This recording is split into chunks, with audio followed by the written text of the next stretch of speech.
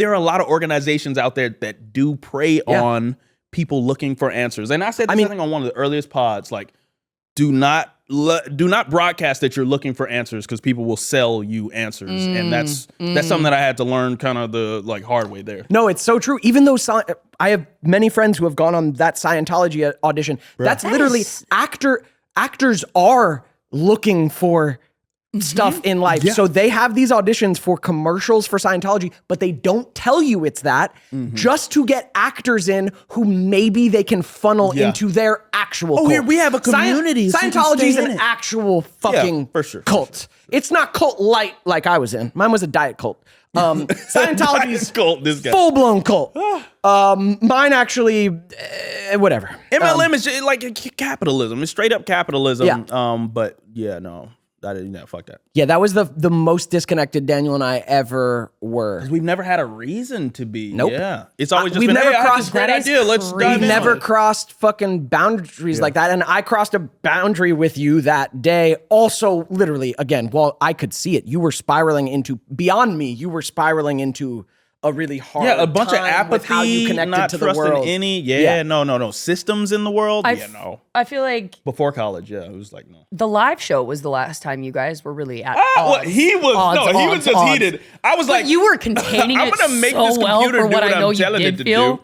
And this fucker over here was like, I did all this work. Like, I could see it from your point of view, too. Like, I want this to work in the fucking fashion I did. And I know one of these little clicks is going to make that happen. You're like, we have zero time, but let Daniel do his thing and let him try to fucking put this up. That's what I mean. Like, that was still, like, there was no worries. Yeah. That was still full friendly. No, I know. Okay, No, that was this just my was own. fine. This was... Like, no, we should not have met that day. I know. If there was ever a time for me to not have picked up a phone call, I know, man. It was then. Because also, it was like sort of out of the blue, too. Like, we hadn't talked a lot. And so then it's like, hey, let's meet up.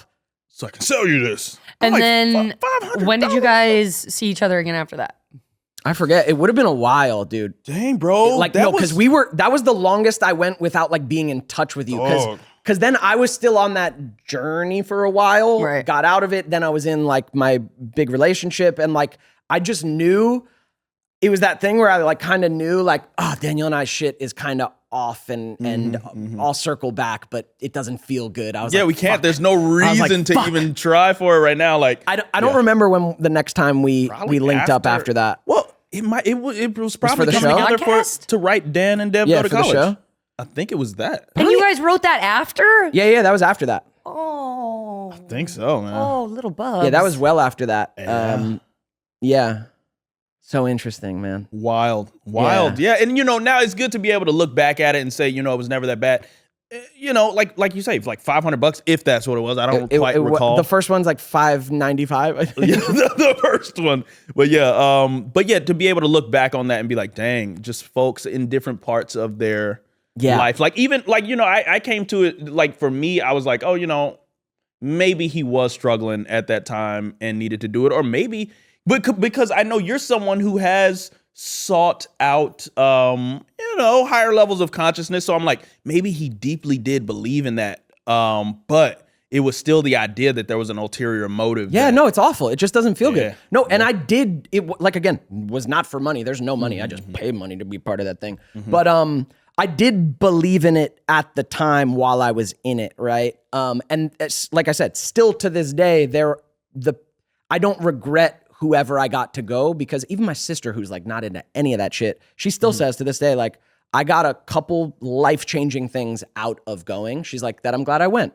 But as soon as I got out of that fucking leadership program, like the 3-month one, I like reflected back on the whole experience with it and everything I learned. And I was like, I never answered a phone call from those people again. I was just like, and I'm a better person for having done it. I learned a lot, but the biggest thing was, oh man, they're pushing us to have these conversations. They don't know the fucking relationships that I've built. They don't know, like, looking in your eyes, and she was more or less okay with it, but I had a conversation with Carly too about it. and I remember like leaving that going like, nah, this isn't right. Like me having a motive when I meet up with my friends feels fucking gross, dude.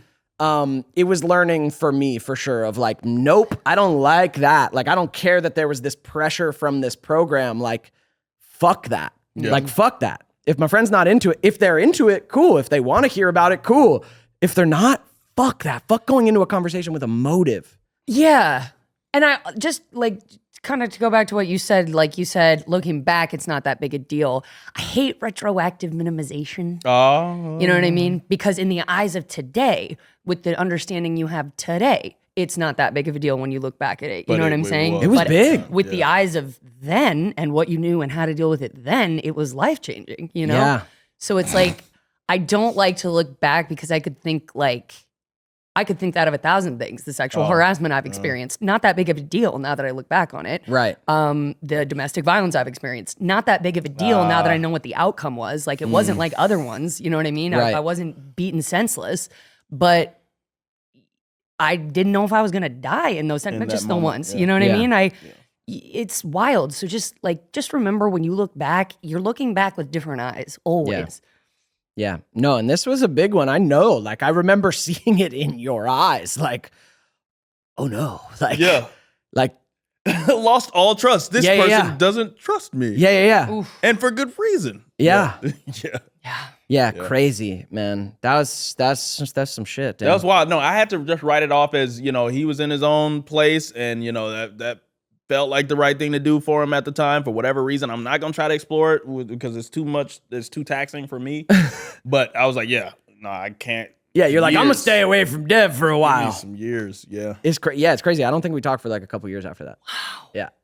But then y'all came back together. Yeah. Like, good luck. Yeah, well then I wasn't in this fucking cult. Yeah. Was there a religious aspect to it? I kind of wish you would have called me. I probably would have done it. Could have helped you. Could have helped you out of $500. You have to be here. You know what I mean? Yeah, it is actually why I'm so interested in cult shit. Like, you guys know, I've talked about one of my favorite podcasts is called A Little Bit Culty. It's former NXIVM members who they interview all sorts of cult people.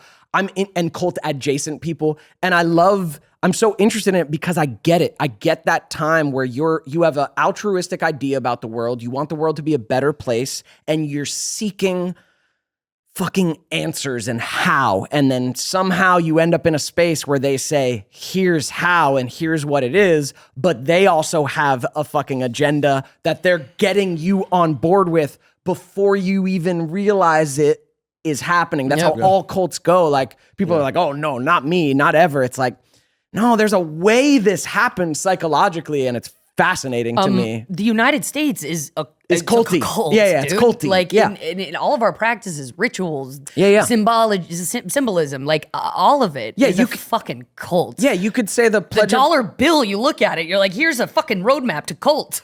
Yeah, you could say the Pledge of Allegiance your whole life and then never question, like, isn't that weird? Yeah. Isn't the Pledge of Allegiance fucking weird? Yep. Isn't pledging like you're literally my allegiance to something I don't even understand? To a flag that I don't give a shit about or haven't even thought about? And if you don't do it, there's consequences. Looked at. Yeah. You must stand up and say, I'm gonna stand up and chant prayers to a man dead on a crucifix. Every day.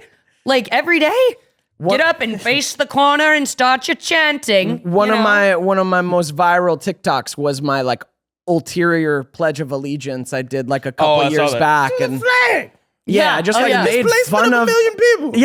Yeah, just like made fun of, like, that's a weird thing to do, man. And over your heart, that's like by the king commands. Exactly. Yeah. It's like you're complicit in all of these things that our country does. Yeah. Oof. With liberty and justice for all. And you're like, really? Except, for all of us. Yeah. Really? Yeah. Where? Yeah, man. Oh my god. Yeah, wild. Well, damn, Dan. Yeah. That's some crazy shit. Were we supposed to do an episode? Yeah. Oh, we didn't even do the episode. We just talked about Devin trying to get me to join a cult. You needed that. All right? I mean, we I feel like I talked about it a little bit. We never really got into it. There's still some pain in there, isn't there? Because it's adjacent to some of my own pains with organizations that I was seeking help from. Like, even like, you know, as a member of the African American diaspora or African diaspora just in general, there are a lot of questions that we have, and there's a lot of strange things about being a part of even like America. The, you know, the Pledge of Allegiance is like allegiance to what? Where is my place in it all? And it really felt the salesmanship, like a lot of the allegiances that, you know, people from the African diaspora have to have don't serve them necessarily. And I was into, you know, different like spiritualism and different organizations trying to give me some bearings, you know, as a young black man in America trying to figure it out.